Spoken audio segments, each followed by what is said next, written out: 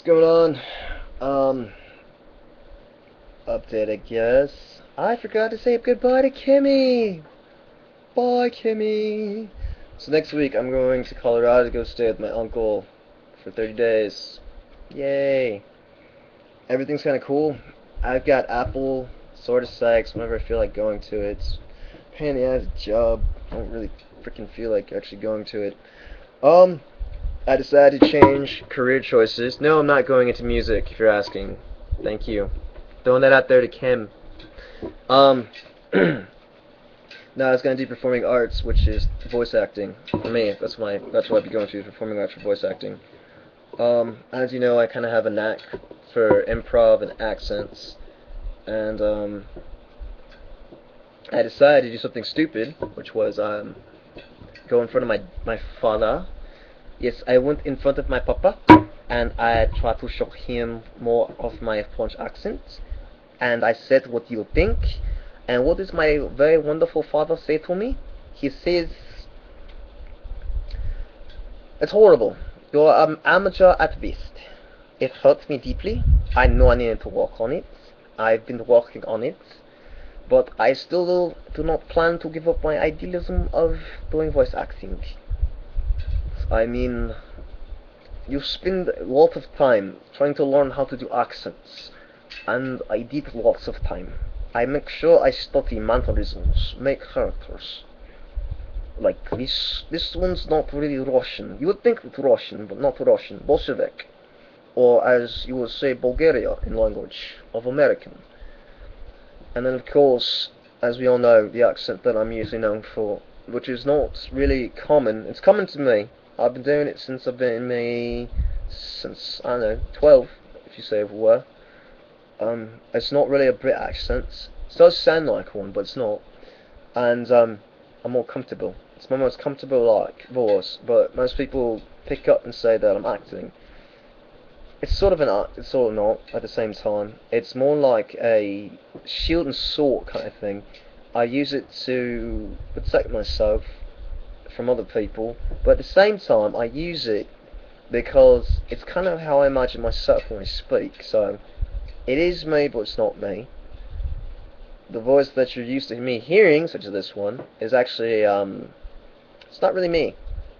It's Californian, some sounding some way, but it kind of manifested on its own. If I was going to say what my actual voice sounds like, I would say it sounds more English, but I'm not English. I was born here. Anyway, little tidbit note about me. Um, sorry, I'm going to go through different accents and talk more about this.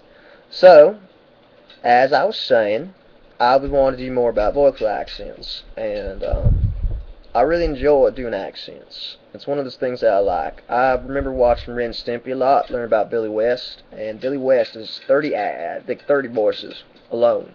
But he also went to performing arts, how do you put it, one of them performing arts school, one of them fancy dancy kind of schools, you know what I mean? No, I'm just joking. I'm not actually spitting my room. That'd be gross. But I did take the time to learn so many different mannerisms, how people speak, how they act, and how everything else. So, I'd say why not? I think I'm up to about 11. I think I could do about 11 on my own for accents. And I think most of the time I'm pretty good. My father thinks I'm an amateur, but that's why you go to school, to try and get better at your craft. It's high risk, high reward, I would say. I think I'll most likely try and be successful. You never know. I might be, I might not. But that's the dream, that's the goal. Of course, I'm not going to quit my day job and until I eventually harness my craft. I look at people like Samuel L. Jackson and Morgan Freeman. You know, Morgan Freeman didn't get famous until he was 60. He was in theater for a long time, but he didn't really get famous until his mid 50s, 60s, and now look at him like a bomb. Everyone loves Morgan Freeman. Samuel Jackson was in his mid 30s, and he just got into the theater scene when he was in his young 30s. So he was about 33 until he got his first role, and 35, I believe, when he got Pulp Fiction, and now we all know Mr. Samuel Jackson. So I don't think I'm being too late. I don't think I'm harnessing anything too late. I've always been doing it since I was a kid. I just never tried to go more into it because I didn't think I was very good, and I was really a shy kid and a nerd. So What can I say? Anyway, let's see. I basically am going off to Colorado. Yay, Colorado! Woo! So I can't wait.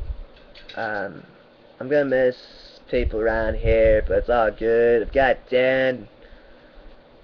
He's a dick. Anyway, I'm just joking. There's that. And to Phil, Mr. Phil, I've taken a look into your standings. I'm just waiting to hear back, so as you know, we'll see in time. But I am a man of my word. Definitely a man of my word. But as you know, sometimes things happen. They happen all the time. Crazy things. Crazy things. So what can I say? You know, these life, strife, things like that. You know, minus or minus. All good. So, there's that. Big apology to my cousin Jess. Sorry I was drunk and said stupid shit a few times, but you're a forgiving person. You'll forgive me. I hope. I'm glad that people like the clean-shaven look. I do not. I like looking like Patchwork Grizzly Adams. I liked that I looked like a hobo that you would not want to talk to. Because ever since I've looked like this look and I put on my fancy clothes, I've been hit on by 16-year-olds, and that's creepy.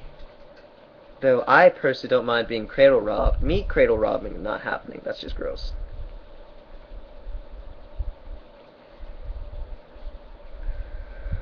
Anyway.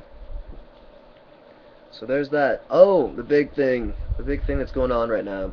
So I was playing Diablo, and I was making jokes about all the horrible characters. I was saying that they should be in a university, and another guy goes, "Yeah, you should call Diablo U." So I started doing, of course, the accents and voices. Of course, I'm typing and making jokes about it. And I was like, man, Asmodon would probably be like that gay bear that you meet, like on the street. You know, and assless chaps and giant nipple rings and a cop hat. And he's like, yeah, man, we should totally write about this. His name is Chris Koff. He has a brother named Brian Koff, and that's K-U-L-A-U-F-F. You know what an Ural is? It is an O with 2 dots. It is Danish, Scandinavian, German. The Germans always have Urlau. Urlau is always a very precious part of the German community. The Danes also have Urlau, but they also have U. U is the O with the stripe through the middle, if you didn't know that is. And then you have O. Just O. American O. So you have O, Urlau, and then you have U. U is you use your throat. Make sure you use throat when you speak about Urlau and U. Sorry, somehow I got into a German accent. Though I do like Germany. Germany is a very wonderful country. Ja, Germany is wonderful. Wunderbar. Wunderbar is the best way to say Germany is. Germany is always very wonderful. If you're wondering what this accent is more, it is more of a laid-back nihilist German. Ja, that's what I prefer to call it. I like to call this accent Hans. Hans sounds correct for it. So, everyone say hi Hans, hello Hans, that would be me. What can I say? Anyway, where was I going with this? Oh, so Diablo U. So I came up with more characters for Diablo U. Diablo U comes with lots of characters. I make fun of demon hunters, and I wrote outline. And they read outline, and they liked outline. So they liked the idea of my characters. So they want to do what they would call a web series. If you've never seen a web series, you sure that you have. The Guild, or maybe the other shows that they have on YouTube, like Work Battles of History, which I love when they do that. Yeah, those are web series that you make on YouTube, and they get funding, and then eventually they have corporate sponsors, and that happens. And that's kind of where I'm going. So I have my outline, and I wrote it. I'm not a very good writer yet, but they liked it, and they liked where I was going with my characters. I wrote a part for Daryl Castone. Hopefully, you know, he'll be in the West sometime. So we made him as this, because I really want Daryl to be a part of it. So I made his character, His name is Darrow, and he's the witch doctor. But because I don't know when actually Daryl will be around, if we actually do have think of the ball rolling and everything going after it does actually start going, we start production. Daryl's around, it'd be perfect because Darrow is like Daryl's name, but is just Darrow. So in the meantime, we're gonna have basically me dressed up as a zombie, pretending to be Daryl, who's controlling me, or Darrow, until Daryl's actually around, and hopefully there'll be an episode with him and be really awesome, really cool. So as you can see, I've got a lot of big plans for this. I've been writing it. I need my co-writer, so Brian McCloskey, paging Brian McCloskey, Brian McCloskey, are you there? Mr. Brian McCloskey, are you there? If you're not there, Mr. Brian McCloskey, please phone in for Jeremy. So I have to finish my first draft, and I have to have it notarized, and I really need Brian's help on this, because I could use some co-direction. It's really hard to write by yourself, and I'm doing all the writing, and I have great creativity for great ideas, but Brian kind of helps me structure everything. That's what Brian's great at. He does structure, and not to mention he has creativity of his own. So I'm waiting for my co-writer. If he sees this, Brian, I'll give you my outline. I need to work on my first draft. A pilot episode we want to air in late June, so I've got some time. I have to notarize it, so it'll be me emailing Brian emailing me, we throw in ideas, we Skype, we talk, we smuttle, we canoodle, we basically spend time as wonderful white people that we do. We like to sit there and talk about things in front of other people, especially against the blacks. We don't really like black people, because black people are lazy and don't work. Oh, black people. I like to call this voice Chip, because I always think of like this really pompous guy with a sweater around his around his throat, and basically just likes to make fun of everything and everyone, because that's how arrogant rich white people sound. That's how they sound to me. That's what they sound like this. Very full of themselves, very small penises. That's what I like to think them as. Anyway, so Diablo U, it's gonna air hopefully the 25th of May. That's what we're shooting for. We start shooting in the 12th of June, so I have to finish this rough draft very quickly. Hopefully Brian will be done. We'll have some time. Otherwise, I'm doing it all myself. Maybe he'll come around for the second one, and you guys will hopefully see it air. As you know, when it does air, I'm going to be posting like crazy, trying to promote it. Hopefully, if the pilot does well, we get like a few views. It'll be awesome. So keep your eye out for Diablo U. I will be playing 2 or 3 characters. My characters so far are I am Diablo, Lord of Terror. Of course, as if you don't know, Zach likes to make fun of me because there's a big black guy that plays Ares. Ares, I destroy my enemies. I am the god of war. So obviously, I'm doing the dark voices. I'm also doing Asmodon as I am the gay Asmodon, hairy bear, scary bear who enjoys men and the Lord of Sin. Hello!